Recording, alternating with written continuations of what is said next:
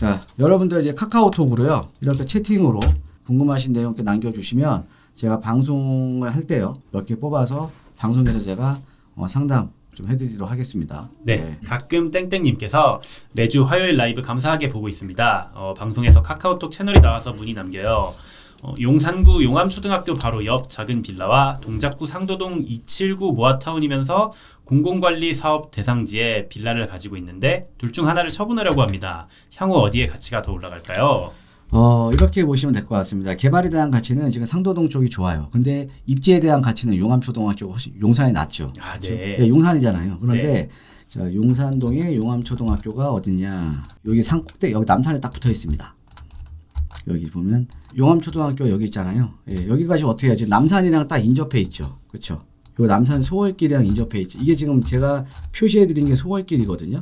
소월길인데 자, 우리가 용산 같은 경우는 고도 제한에 대한 기준점이 되는 게 남산의 이제 소월길입니다. 지금 남산 순환도로 있죠. 남산도로 앞에 지나가는 그 4차선 도로. 그게 용산 고도 제한에 대한 기준점이거든요.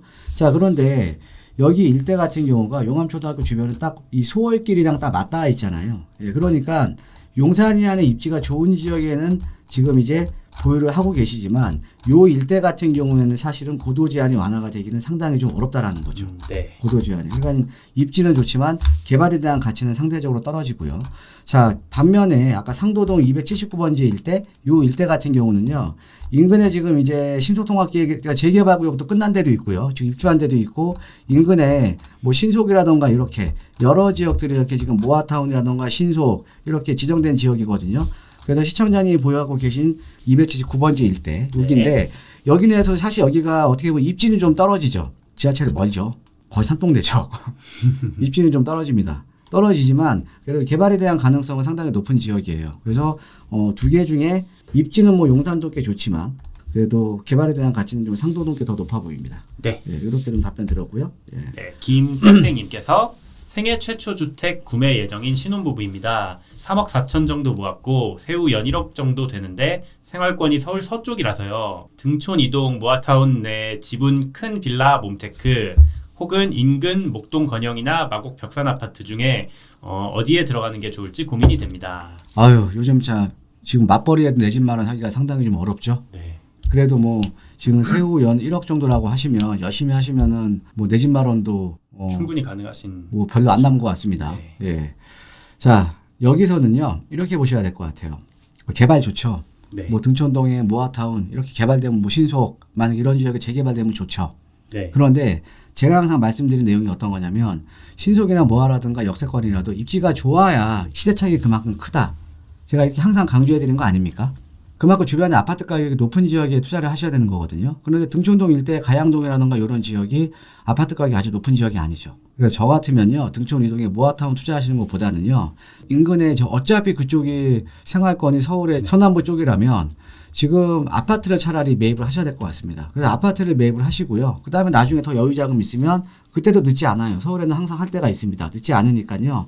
그때 가서 이제 이런 뭐 입지가 더 좋은 지역에 갭으로 좀 이렇게 뭐 빌라 같은 거 전세로 좀 껴놓는 것도 좋을 것 같고요. 그래서 목동 건영이냐 마곡 벽산 아파트냐 목동하고 마곡하고 어디가 대장이에요. 예, 목동 신시가지가 더 비싸지 않습니까? 아파트는 오래됐어도 재건축에 대한 기대감 때문에 목동 신시가지가 훨씬 비싸잖아요. 마곡보다는요. 네. 예, 그래서 저쪽 아파트를 지금 비교를 하시면 목동 건영으로 목동 건영 아파트로 좀 매입을 하시는 게 좋을 것 같습니다. 네, 알겠습니다. 다음으로 조땡땡님께서 네. 유튜브 잘 보고 있는 50대 초반 구독자입니다. 답심리 레미안 위브 45평에 반전세를 주고 회사 근처 다산동에 역시 반전세로 거주 중입니다. 네. 레미안 위브를 매도하고 자양사동 신속통합기획 빌라를 매수하고 싶은데 좋은 투자인지 궁금합니다. 자양사동 좋죠. 네. 한강변 라인. 서울에 사실은 앞으로 한강 조망이 가능한 지역이 얼마나 됩니까? 근데 한강 조망이 또 가능한 지역은 또 있어도 프리미엄이 붙을 수 있는 지역은 상당히 제한적이죠. 네. 그렇죠. 우리가 뭐 서울 인근 지역에 뭐 덕소나 이런 지역들도 한강 조망 나오는 아파트들 많거든요. 네. 근데 한강 조망에 대한 프리미엄이 없죠. 그렇죠. 그러니까 한강 조망에 대한 프리미엄이 붙을 수 있는 지역이라는 거는 도심권이어야 돼요.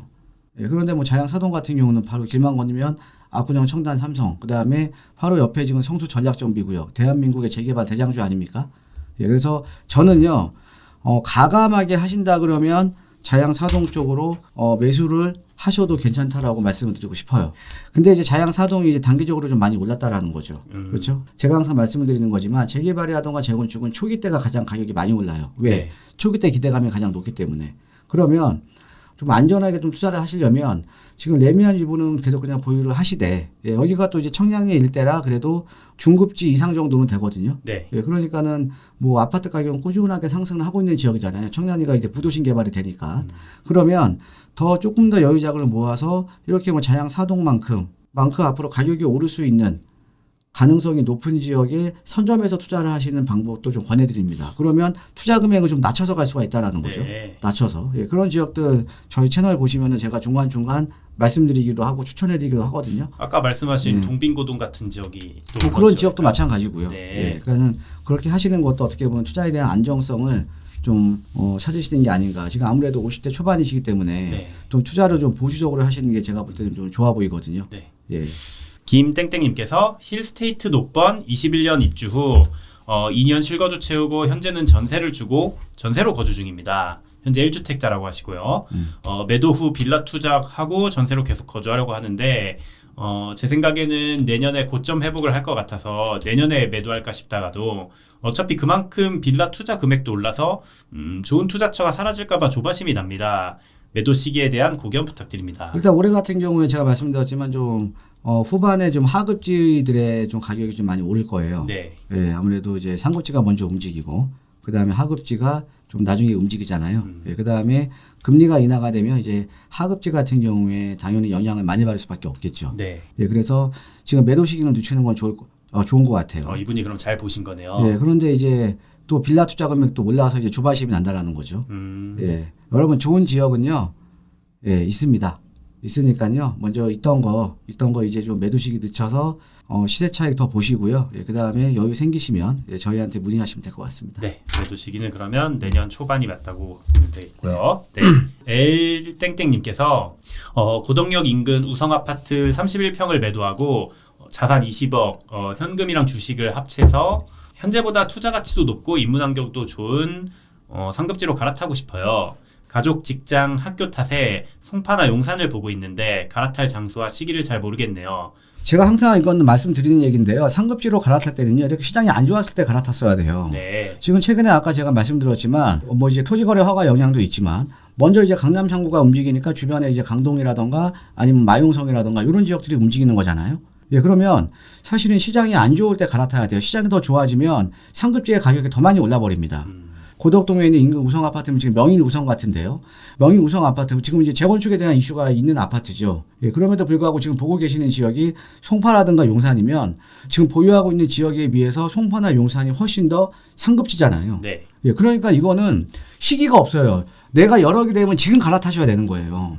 점점 격차는 점점 벌어질 거거든요. 자, 예를 들어서 우리가 송파의 장미 아파트라던가 뭐 장미주공 5단지라던가 요 아파트하고요. 그다음에 우리 시청자 보유하고 계신 우성 아파트의 그동안의 실거래가 비교 지수를 한번 보세요. 그러면 잠시 우성이라던가 장미 같은 경우에는 같은 재건축 아파트라도 벌써 신고가 이상으로 가격이 올라 있고 우성 아파트 같은 경우는 중간에 가격이 뚝 떨어져 있다가 지금 겨우 지금 회복하고 있는 단계거든요. 네. 그만큼 점점 가면 갈수록 이제 벌어진다라는 거죠. 그러니까 내가 가는 지역이 상급지다. 이거는 시기가 없어요. 지금 내가 여유가 되면 무조건 갈아타셔야 되는 거죠. 그래서 뭐 추천할 수 있는 거는 뭐 잠실주공 5단지 좋죠. 근데 잠실주공 5단지 같은 경우는 제가 볼 때 돈이 뭐 좀 더 많이 들어가셔야 될 것 같고요. 뭐 주공 5단지라던가 아니면 뭐 주공 5단지가 안 되면 장미 아파트도 괜찮고요. 아니면 올림픽 선초도 아파트도 괜찮고 또 이제 용산 같은 경우에는 리모델링 가능한 뭐 건영 한가람이라던가 아니면 지금 가능을 하시는지 모르겠어요. 지금 뭐 아까 제가 한나노타운 설명할 때 말씀드렸던 청하 아파트 30억 정도면 아마 매수는 좀 빠듯하게나마 좀 가능할 것 같은데 이런 지역은 뭐 지금 명인동에 있는 우성 아파트보다는 뭐 훨씬 더 좋은 지역이잖아요. 이런 쪽으로 한번 알아보시면 될 것 같습니다. 네.